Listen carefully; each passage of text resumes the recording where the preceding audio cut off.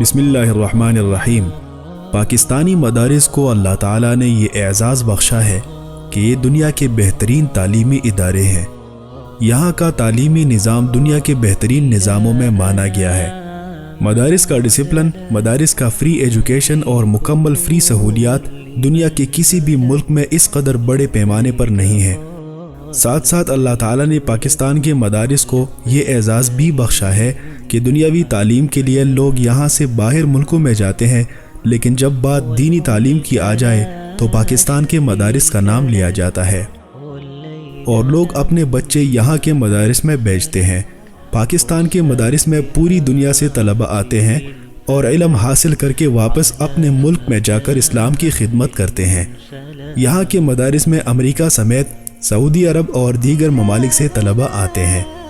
جن مدارس میں باہر کے ممالک کے طلباء پڑھتے ہیں ان میں جامعہ دارالعلوم کراچی کے علاوہ سر فہرست جامعہ بنوریا عالمیہ سائٹ کراچی ہے۔ جامعہ بنوریا کو یہ اعزاز حاصل ہے کہ وہاں غیر ملکی طلباء کے لیے باقاعدہ ایک الگ شعبہ موجود ہے۔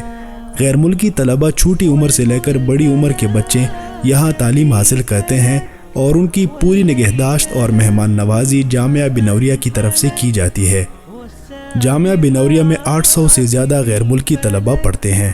اس سال دور حدیث سے 240 طلباء کو سند فراغت حاصل ہوئی، جن میں 78 طلباء کا تعلق 17 مغربی اور افریقن ممالک سے تھا۔ ان غیر ملکی طلباء میں ایک محمد ابراہیم بھی تھا جو کہ ایک شہزادے ہیں۔ ان کے والد جناب عمر مختار سیسکو افریقی ملک گینی بساؤ کے بادشاہ ہیں۔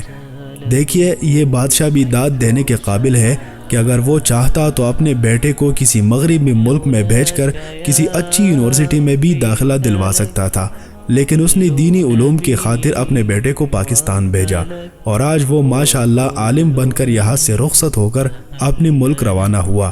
الحمدللہ، یہ پاکستانی مدارس کے لیے بڑی خوشی کی بات ہے کہ یہاں بادشاہوں کی اولاد بھی تعلیم حاصل کرتی ہے اور مطمئن ہو کر واپس اپنے وطن جاتے ہیں۔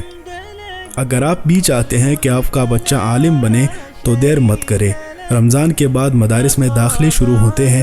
اپنے بچے کو کسی مدرسے میں داخلہ دلوائے اور دنیا و آخرت کی برکات سمیٹیں۔ لولاك يا ربي هلاك كل نبي وملك وكل من أهل لك سباح أو لبى فلا